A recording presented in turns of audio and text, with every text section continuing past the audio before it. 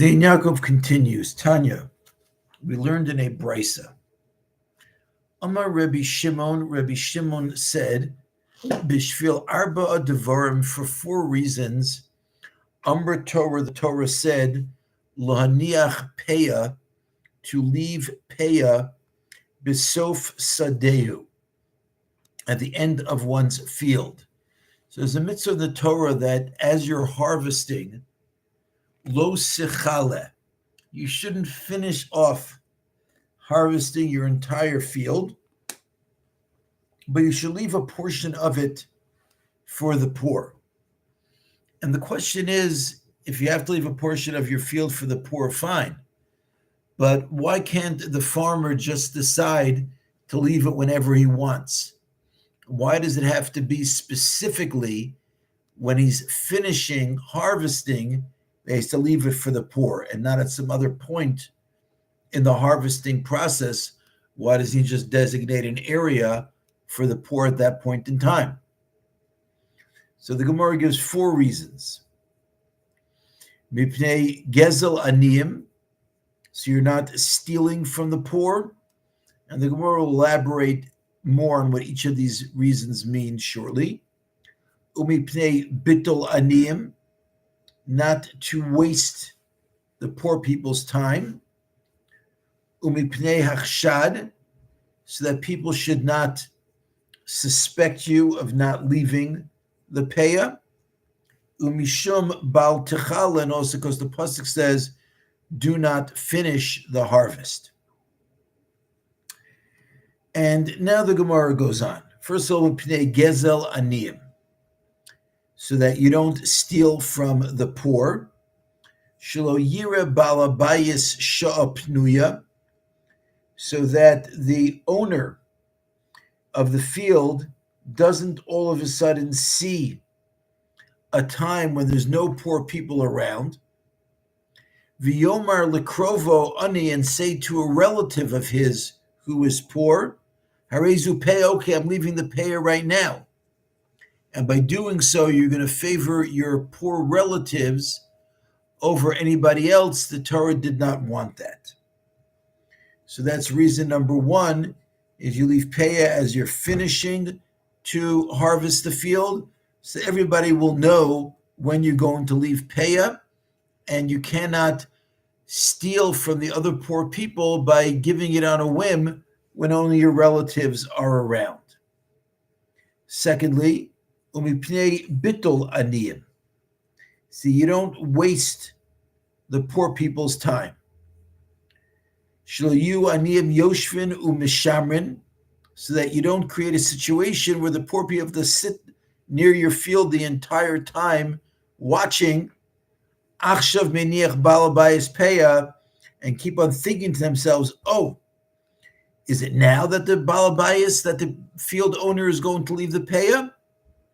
So you don't want to create a situation in which the poor waste all their time hanging around your one field all day long, hoping they're there at the time that you're going to be leaving the peah. Whereas Rashi says that they're not going to know the time, the Rambam seems to understand they're not going to know where in the field. And therefore they'll be running all over the place, wasting their time trying to find where in the field you've left your peah.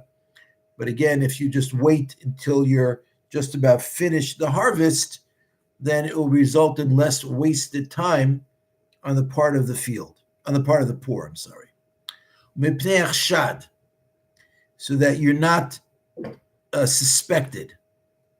Shelo yu ovrim v'shavrim ovrim, so that passersby don't say, tovom or era, there should be a curse, al adam, on this person. Shelo iniach peah b'sadehu, he didn't leave peah on his field. Meaning, if people don't know when you're leaving the peah, they might assume, oh, you never left peah, and will end up cursing you. The Chachmas Menoach wants to add, and therefore, by causing them to curse you, not only is being cursed not a good thing, but you've also been over lifnei iver lo sitein michshol, you've created a stumbling block by causing people to commit the avera of cursing. And the fourth reason is Mishum Bal Techala, because the Torah says, do not finish off your field. So the Gemara says, well, that's not a fourth reason. Atu kuluhu lav mishum bal techala ninu. Aren't all of these reasons for why the Torah said, do not finish off your field? So Amar Rava said, mipnei haramoyin, that really it's because of people field owners who might want to be deceitful. And since if we wouldn't know when they're going to leave the Peah, they could harvest their whole field. And if we come to them and say, hey, where's the Peah? They'll say, oh, I left it 2 weeks ago already when I was harvesting an earlier part of my field. So because we don't want people to be deceitful, so therefore we tell them that they should always leave the Peah at the end of the field. And the Balamor explains that this is really the primary reason amongst all the reasons about leaving Peah. Now, interestingly, this brisa was said by Rabbi Shimon. And Rabbi Shimon here is telling us why the Torah made this mitzvah, of Peah at the end of the field. There are those who want to suggest that this is Rabbi Shimon being consistent, because in other places we find that Rabbi Shimon darish taimei dekra.